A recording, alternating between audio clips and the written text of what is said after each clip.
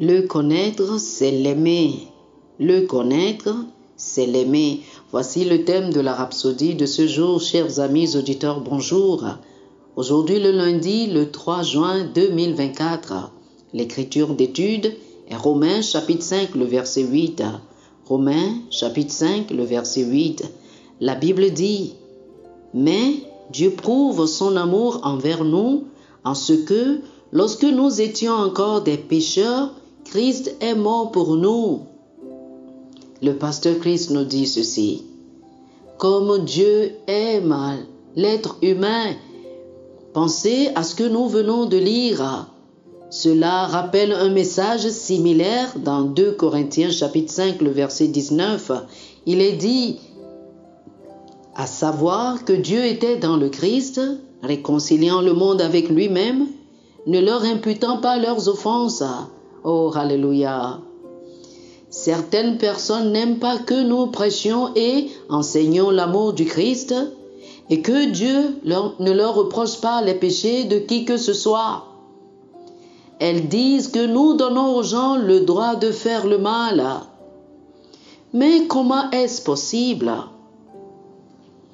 L'amour du Christ ne donne jamais à personne la liberté de pécher.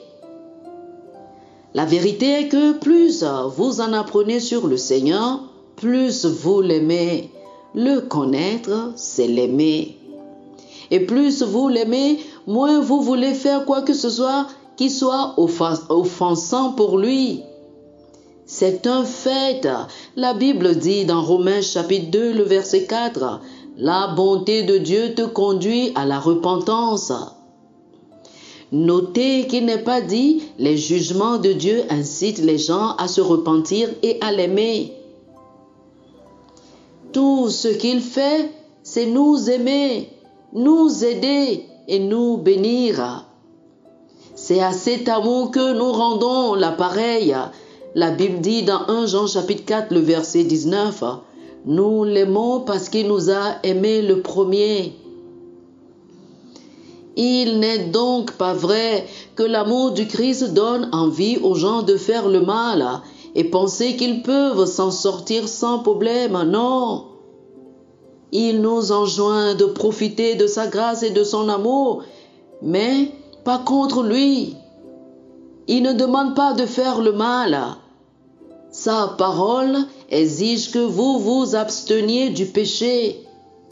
Romains chapitre 6 du verset 1 et 2 dit: « Continuerons-nous dans le péché afin que la grâce puisse abonder? Dieu nous en garde. Comment pourrions-nous, nous qui sommes morts au péché, encore y vivre? » Personne ne blesse ou n'offense délibérément celui qui l'aime sincèrement.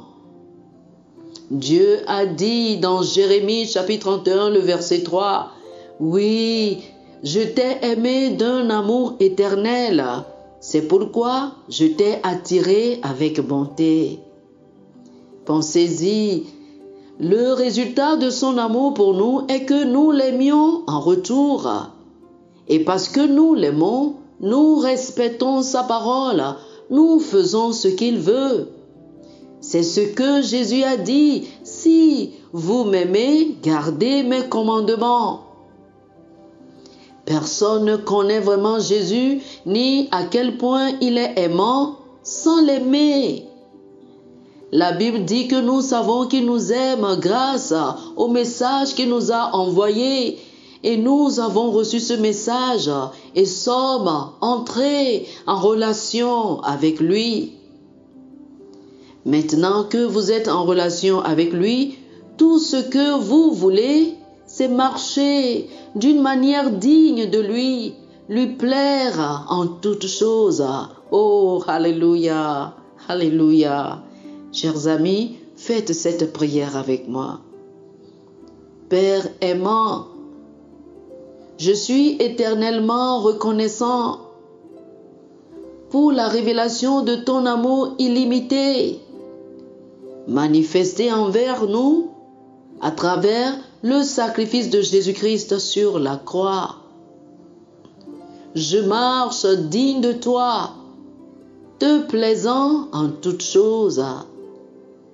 Je suis obligé par ton amour de prêcher l'Évangile et de détourner les pécheurs du péché en la droiture et la glorieuse liberté des fils de Dieu au nom de Jésus. Amen. Alléluia.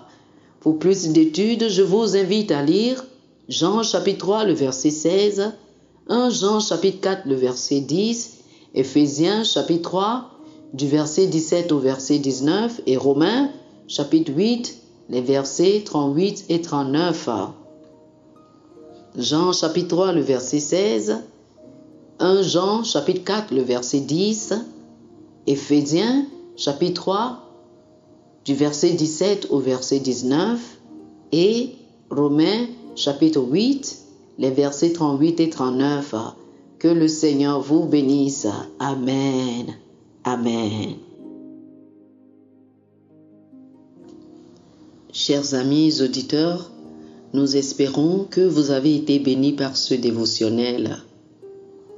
Nous vous invitons à faire de Jésus-Christ le Seigneur de votre vie. Si vous voulez recevoir le Seigneur Jésus comme le Seigneur et le Maître de votre vie, faites cette prière avec moi. Dites ceci après moi, s'il vous plaît. Ô Seigneur Dieu, je crois de tout mon cœur en Jésus-Christ, Fils du Dieu vivant. Je crois qu'il est mort pour moi et Dieu l'a ressuscité des morts. Je crois qu'il est vivant aujourd'hui. Je confesse de ma bouche que Jésus-Christ est le Seigneur de ma vie à partir d'aujourd'hui. Par lui et en son nom, j'ai la vie éternelle. Je suis né de nouveau. Merci Seigneur d'avoir sauvé mon âme. Je suis désormais un enfant de Dieu. Alléluia. Félicitations, vous êtes désormais un enfant de Dieu. Pour recevoir plus d'informations sur comment vous pouvez grandir en tant que chrétien et pour avoir une copie physique et une copie électronique de la Rhapsodie des réalités, appelez-nous sur le plus 228 91 74 69 79 plus 228 91 74 69 79. Que le Seigneur vous bénisse abondamment. Amen.